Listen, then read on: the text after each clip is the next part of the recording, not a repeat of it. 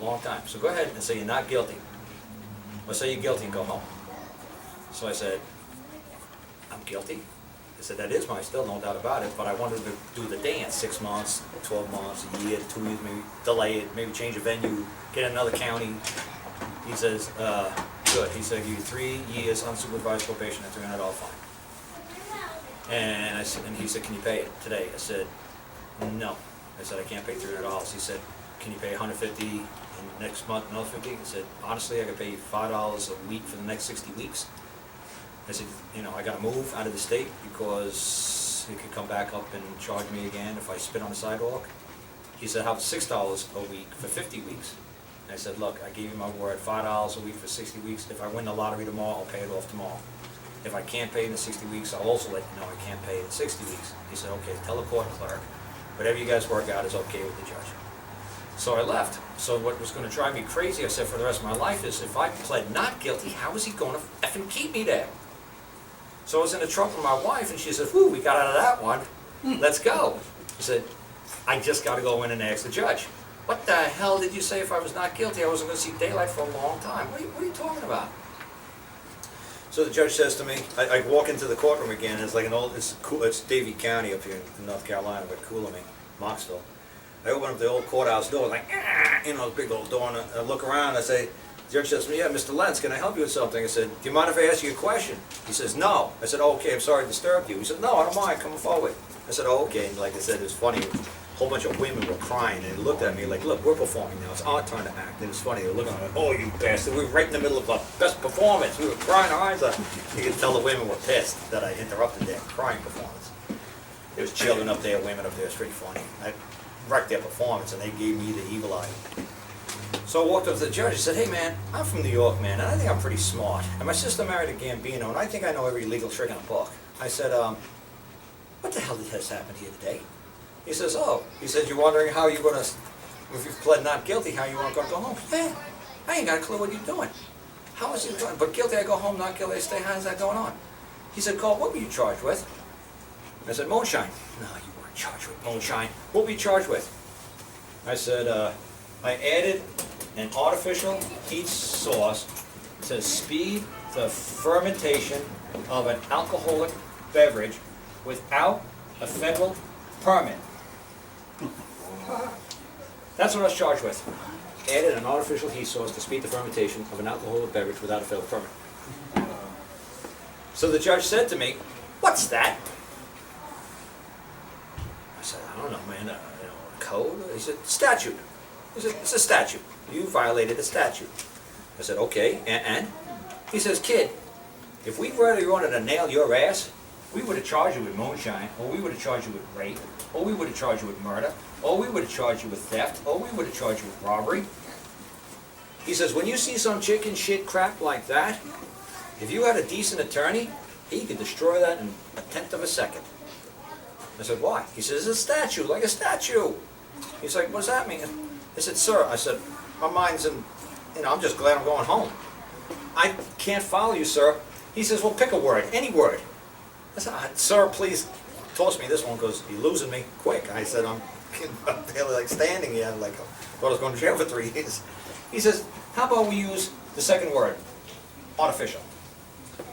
How about you change that and you come to court and you swear on a stack of Bibles, you use the natural heat source to speed the fermentation of alcohol beverage without federal permit.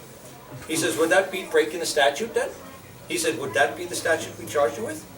And he said, no. He says, kid, come back next week and I'll dismiss the case against you. Just come back here and swear on a stack of Bibles, use the natural heat source, and I'll discharge this matter in its entirety. And you'll go back to your squeaky clean record. Because I had my encounters with traffic cops were all from here to there, but there was never one guilty on anything. I've never found guilty on anything.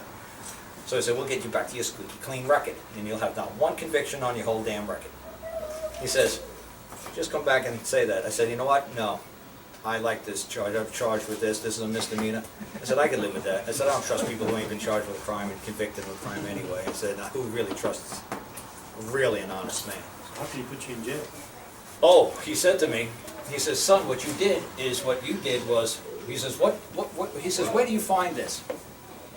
He says, what you find this is in the United States District Code under Title 26, under alcohol, tobacco, firearm, under IRS code. That's where you find it. Son, what you did was a federal crime.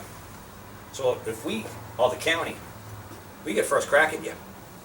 No matter what anybody sees on TV, he said, no matter what anybody thinks, the county's #1 in this land. The United States government's way down here somewhere. They come way after us. We get first jurisdiction, we get first crack of you. You did it. My county, son. We get to make a settlement with you first. He says, kid, I don't know you from a hole in the wall, but that sheriff says that you get up and you go to work at 4 o'clock in the morning, you come home at 10, 11 o'clock at night. You live with some crazy freaking Indians, you drive for the dairy, you don't drink, smoke, do drugs. For some reason the sheriff really likes you. He says, kid, I don't know you from a hole in the wall. You're lucky that sheriff put in a good word for you. That's why I cut your deal. He says, now, if you pled not guilty, what we would have done is we would have hauled you off to Winston-Salem, to the federal pen. And by the time they got around to some chicken shit, adding an artificial heat source case, he says, who knows what year that been before you actually stood before a judge. You wouldn't have seen daylight for a long time because, oh, you want to change venue? Oh, we give you change venue, all right. You go to the feds. Oh, I'm starting to figure this out. He said, yeah. He said, your attorney sucks. Because he should have just said, put a natural in there instead of artificial. And he said the whole case would have had to be discharged on its entirety. He said, if you come swearing down and made a natural heat source kit, you can make millions and millions and millions and millions and millions of gallons of moonshine, and there's not a fucking thing we can do about it. That's what he told me. Not a fucking thing. So see, like I said, you get some decent judges in there because he talked to his sheriff, and I showed somebody the other day, the arresting sheriff. I still got a copy of the newspaper. His name is Matt Dillon. I swear to God, he's a little guy, man, Matt Dillon. I showed it to somebody in the newspaper who came and visited me the other day, the guy from North Carolina, who just came up and left the other day. A man from Iowa came by, and another man from North Carolina came by. But I showed somebody in the newspaper. Did I ever show you the newspaper? Oh, where's Sean? He's over there. Yeah, I wonder if I showed him the newspaper. I'm pretty sure I showed Sean the newspaper. Did I ever show you the newspaper? Liquor still is busted. You seen that? Oh, no. You showed me, I saw a newspaper thing about Frank. Oh, you never seen it? It was in that cargo container, right on the left as you're going up the driveway. No, yeah. I didn't see that. Yeah, but the sheriff's name was Matt Dillon. It was pretty funny. You can't make this stuff up. I was arrested by Matt Dillon. He was a good guy because it was funny. We got arrested around 9 o'clock at night, and they hog-tied and shackled my wife, a little tiny Indian girl, but she came out of the house all, fire and brimstone, and they shackled her.